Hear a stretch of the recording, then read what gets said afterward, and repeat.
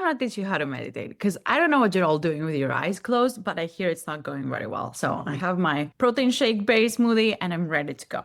Now, you might think that you are the only person that is thinking so much and you cannot calm down your mind in order to meditate. And I'm here to tell you, you belong to the majority, if not like everyone in the world whose first roadblock to meditation is I cannot stop thinking.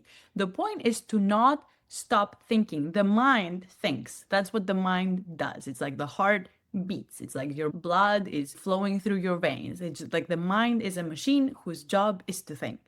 Your point is to not tell your mind not to think. Your point is to focus your attention not on the thoughts, but on one focal point. There's many different ways and techniques around meditation. What I'm going to teach you is the one that I have been doing and the one that has been working for me. I found meditation at the time when I was the most anxious in my life ever. I could not stop crying for months. I was really stressed about a future that was coming that I was not prepared for. I did not know how to prepare and I could not stop it from coming, which put me in a state of extreme anxiety.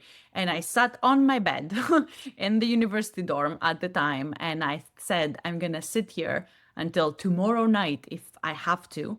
And I'm going to sit here like the Buddha, cross-legged, spine fairly straight, focus on the breath. And I'm going to do this for as long as I need until I feel something. And I did. And that day changed the course of my life, finished my university degree, went to India a month later. That's what you do. Found yoga, realized if you do enough yoga, you actually are preparing the mind and body to meditate even deeper. And so much of my life has been curated around this practice, which is many of us seekers. Some of us are like, should I renounce the world and go live in an ashram and meditate till the end of my life and experience peace and peace and peace and bliss and gratitude? Or should I just be in the material world and make money and marry someone and, go down that road? Do I consider myself a meditation teacher? Definitely not. But I do guide meditations sometimes 2 or 3 times a day. Because it's part of my coaching sessions. I consider myself a transformational life coach, a psychedelic integration coach, and depending on when you're looking at the video, I might also be a licensed therapist. We'll see. The journey is unfolding. Every time. I'm paranoid about staining myself with this book. Something in you needs to really want to meditate. You're not meditating because people are telling you to, because it's trendy, because they say that it comes down the mind. I want you to be really sold on what you're going to do while you're sitting there. You're not going to be sitting there with your eyes closed thinking. Then might as well just think, just do what you do. Practices tend to work when you're really sold on them. I know many people that are trying to quit smoking, but they don't really want to quit. They just know that it's better for them, and maybe their partners are complaining that they're stinking all the time. And if smoking was to be the healthiest thing on the planet, they would definitely not quit. Any practice tends to work when you actually want to do it. This is the power of intention. I want you to want to do this for yourself. Okay, so this is part 1. Like on the day that I described, when I sat on my bed and I was like, nothing else is helping my anxiety. Pharmaceutical drugs didn't help. Anti-anxiety drugs didn't help. Weed didn't help. Counseling didn't help. This is the last tool. I'm honestly gonna sit here until I feel something. So I did it for myself and I went all in. I was really serious. I was like, if a thought comes, I'll just notice there's a thought and then go back to focusing. In fact, for me, I couldn't focus on my breath. Maybe because I breathe like a rabbit, very dysregulated. I don't even know. This I am still working on. But what I did focus on is the darkness, this blackness behind my closed eyelids. So if I was focusing on a point on the wall, and then I close my eyes, I'm still focusing on one point. In yoga, this is called drishti, the focal point. So I would just focus on one spot with my eyes closed. It's basically darkness. There might be some light coming through, but it's basically this like black thing.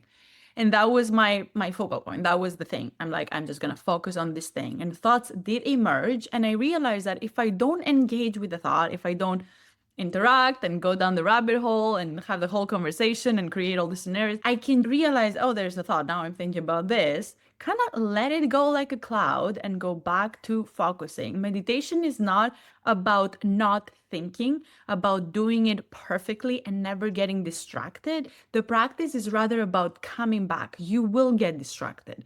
And the more of a beginner you are in this, the more often you'll get distracted and the longer you'll be distracted for until you realize, oh shit, I'm supposed to be meditating right now. And I've been thinking for like 5 minutes.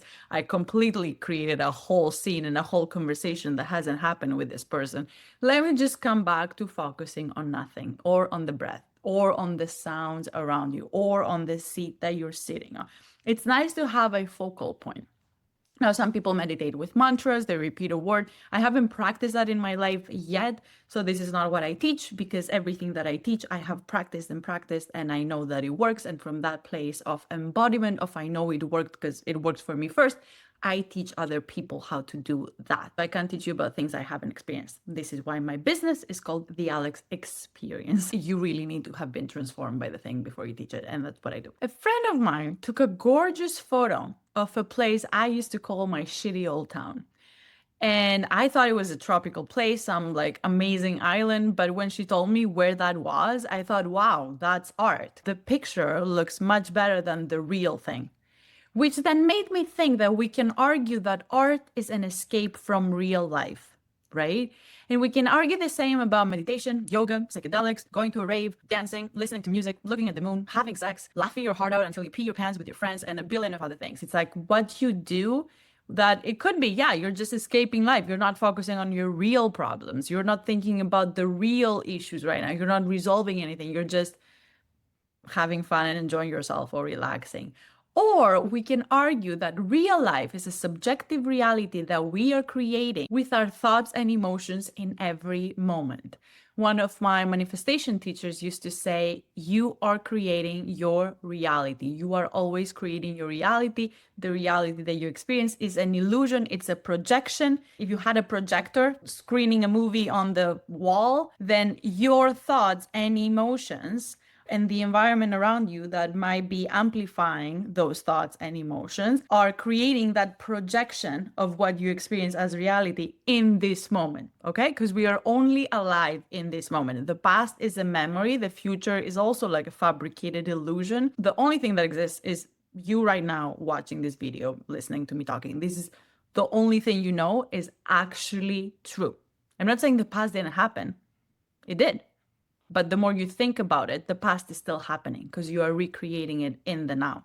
Right now, the past is still alive. If you're thinking of the past and those thoughts are creating emotions of I'm still in pain, it's like, yeah, because you're literally living in the past. You keep feeding it, thinking about it, pulling so much of your energy and attention on it.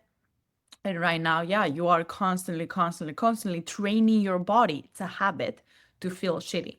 And because habits are whatever you do and you want to do more of it. For me, that's the definition of a habit. If I sleep a lot, then I want to keep sleeping a lot. If I am in a habit of working out, if I don't work out, I'm like, something's missing. I'm like, I think I need to move my body. I feel like I'm sitting too long. I kind of need to stretch, expand, lift some heavy shit. Like habit is, it could be positive, it could be negative, whatever you do and you want to keep doing that, then it means you're kind of on that almost like hamster wheel of like, I want to keep doing it. Now, when you focus on problems, you find more problems. When you watch the news, you are probably thinking that the world is a horrible place full of malevolent people, that all they care about is profit and power, and there is an unjust God that does not care about us, and you go down that rabbit hole. If you are focusing on art, you become art. In that moment, there is no separation between you and the thing you are immersed in. If you're looking at the moon, there is no separation between the moon and you looking at the moon. Art and you are one in that moment. And in that moment, that is your life. In that case, it's not an escape from life. It is your life. It is how you live your life. And this, my friend, is how I experienced meditation to be. This is how I live my life. And this is how I train my clients to live their lives. As Tony Robbins says, we don't experience the lives that we have, we experience the lives that we focus on. Whatever you focus on in this moment, that is your life. And if someone distracts you, say you're having a good day, like you're feeling good. Someone is like triggering you. Someone is saying something negative. Something shitty happened. Like someone broke into your friend's house. Suddenly, you're in shock. You're in panic. You're trying to help. You're kind of freaking out. You're trying to pull resources together. It's like, yeah, your reality just changed. You were okay, you were at peace, you were happy, now you're not. Life is what is in this moment. And you can use your more valuable tool, resource that you have as a human being that separates you from all other beings that are not human, which is your ability to choose what you pay attention to. Your attention is the most important resource in your system. I figured this out a really long time ago, which is why I was obsessed with surrounding myself with expanders, with people that I admire, that people that inspired me, and I wanted to be brainwashed by them. I'm a firm believer in incubating yourself in the things you want to be influenced by so that you become them. When I was probably 22, 23, traveling the world and meditating my way to my purpose of life, what I learned is that your time, your life, and your attention are kind of like synonyms. Because if you're wasting one, you're wasting all three. So whatever you place your attention on in this moment, your attention equals your time. Whatever you pay attention to is how you spend your time, and how you spend your time is how you spend your life, right? Because whatever you pay attention to is your life. And if you're wasting your attention, if you are distracted, then you are wasting time, which is equivalent to wasting life. So learning how to pay attention to things, being more focused on the things that matter, on the things that inspire you, that motivate you, that make you better at being yourself, that help you think better thoughts, believe in yourself, because your beliefs are also subjective. They're not hard truths about the world. They're what you make something mean. But nothing needs to be good or bad. It's just the meaning there's the thing that happens, and there's the story we attach about what that meant, and that creates the story and narrative of belief. The belief creates our thoughts, the thoughts create emotions, more of those emotions create more of those thoughts of the same, and more of those thoughts create more of those emotions. So it's really important to pay attention to the right things that give you life, that make your life full, that do not drain you of life, that do not make you think less of yourself. And that could be the people that you surround yourself with. It could be podcasts, books, courses that you immerse yourself into. It can be your own thoughts, right? But the environment very much affects how you think, and how you think very much affects how you feel. You might have noticed, if you're listening to an inspiring podcast, you feel inspired. If you are consumed by negative emotion, you are still in pain, even though it's not happening right now, but you are actually feeling in pain. Now, of course, you might ask, how do you get out of pain when you are in so much pain that you can't just listen to an inspiring podcast and get inspired? Well, how you do that is you cut cords with all those past thoughts and beliefs and emotions by coming into the present moment, drawing your energy back to you. You stop giving your energy and your attention to all those narratives. You draw all your energy into the present moment. And that, to me, it's the easiest to do with meditation. You return to the present moment again and again and again. It's like cord cutting, cord cutting. Oh, there's a thought. Coming back to the present moment, whether you're focusing on the breath, whether you're focusing on the blackness, if your eyes are closed, whether you're focusing on your bum sitting on the seat, you're focusing on something that is present right here, right now. Okay? And you do that again and again and again in every moment, in every now. You keep drawing your attention to here, to now. This is it. This is a practice. It's coming back to now. It's coming back to now. It's something I like to call getting really good at the now. You get really good at the now. It's not about not getting distracted. It's about coming back and coming back and coming back. And remember your intention. You do not want to be stressed anymore. You do not want to be consumed by negative, toxic thoughts anymore. Most of the time, when we do inner work, we realize, I just want to get this little guy out of the way. I want a better life, and it's me that's holding me back. It's those thoughts, it's those energies, it's something inside me that I want to knock out for a little bit. And you can say to yourself and to your parts that they can come back later. Like the thought is not eliminating it forever. In fact, you just want to do this meditation right now. The thought can come back right after this practice. But for this practice, whether you're doing it for 10 minutes or for 20 minutes or for half an hour or for an hour, right now, you are running an experiment of what can happen if you focus on this moment, if you focus on the breath. Remember, the only thing to focus on in this one moment is that focal point that you have. It is to stay with it. If thoughts come, and they will, you can ask them to step aside for a bit. You can even imagine them kind of waiting in the kind of waiting room or waiting in the other room. Or I used to, a bit tragic, but I used to imagine that I'm placing every thought in a big trash bag, and then I'm placing that trash bag in the closet. So I'm like, I can get you later, but right now, oop, there's a thought. Okay, hi. Fuck, I shouldn't have messaged this person that way. I should have sent that one instead. It's like, okay, I see it. Let me put it in the trash bag, opening the closet, putting the trash bag in the closet, reclosing the closet. It's kind of a complicated process. You can just ask them to wait in the living room and you'll get to them literally in 10 minutes, literally at the end of this practice. And you know what happens when you interact with the thoughts. You have experienced this reality before. It's a predictable reality. You know exactly how it's going to go, and you know exactly how you're going to feel if you do what you've always done. So the experiment here of the meditation is to experience something different. What can actually happen if I don't engage with a thought, but get really curious about sustaining focus in this thing, whether that's blackness, whether that's my breath? It hasn't happened yet. It has not happened yet. I promise, the more you do that, the more you focus on nothing, something will happen. Now, a few tips for the road. Your intention can be as simple as, I want to take a break from thoughts. I am thinking all day. I'm so consumed in my own thoughts. I'm meditating so that I rest from thought, from overthinking. If I'm doing like a mental body scan, and you can find so many of those on YouTube, where you're focusing on different parts of your body, right? You probably start with the toes of your feet and kind of move your way there. That's also an amazing exercise if you cannot fall asleep at night, because normally you do a body scan laying down. And the reason why most people cannot fall asleep is because they're thinking too many things and they didn't have a winding down ritual. Because if you're just switching from work or messages to sleep, you are still working in your mind. You still have a bunch of open tabs. What helps us fall asleep is to pay attention to one thing. And if you're doing a body scan, you're paying attention to every toe one by one, as if you're trying to feel it. Not really think about it, but feel it. Like, can I feel my tiny toe on my left foot?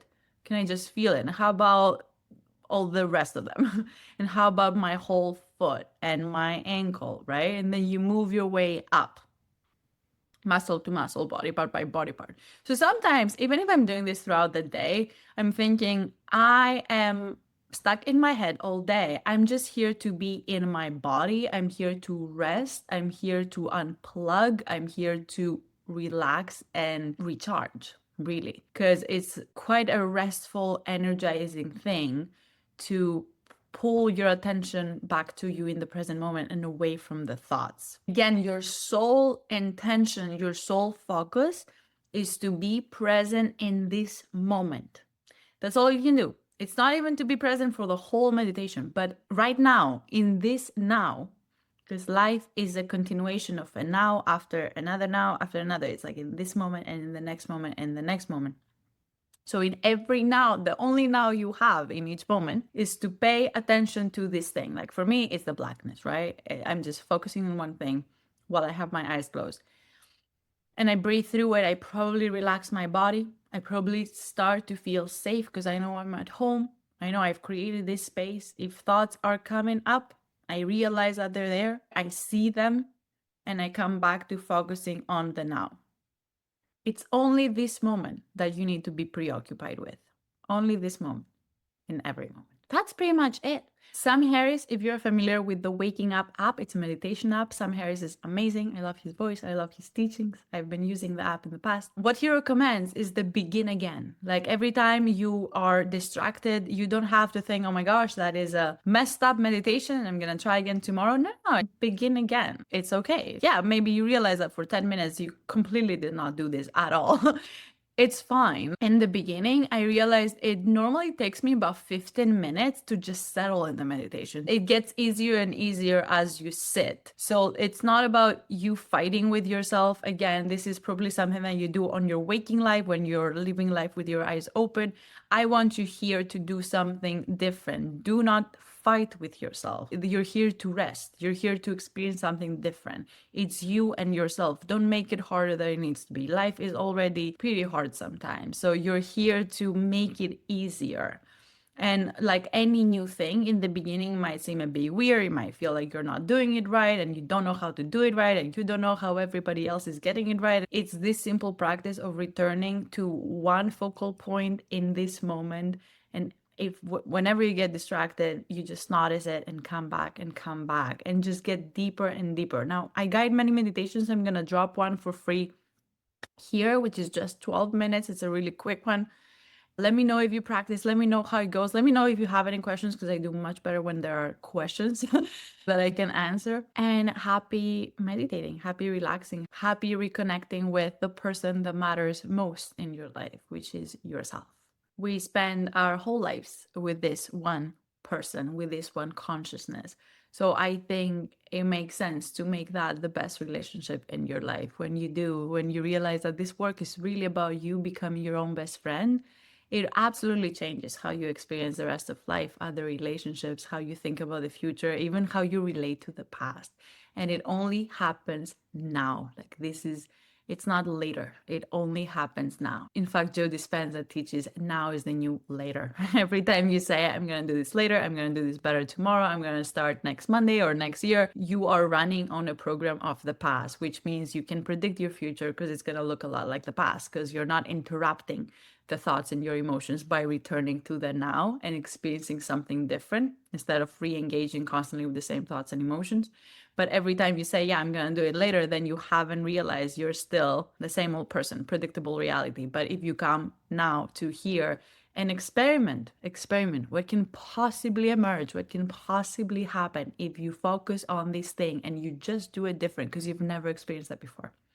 I swear, beautiful things happening. It has changed my life. If I had to drop every single practice or tool that I use, including psychedelics, which I wouldn't want to do life without psychedelics, but still, if I had to only pick one practice or tool, it would be meditation, because it's always within you, it's free, it's always accessible, and you can change the quality and the experience of being alive simply by changing how you experience and relate to the present moment. So I hope this helps. See you in the next video.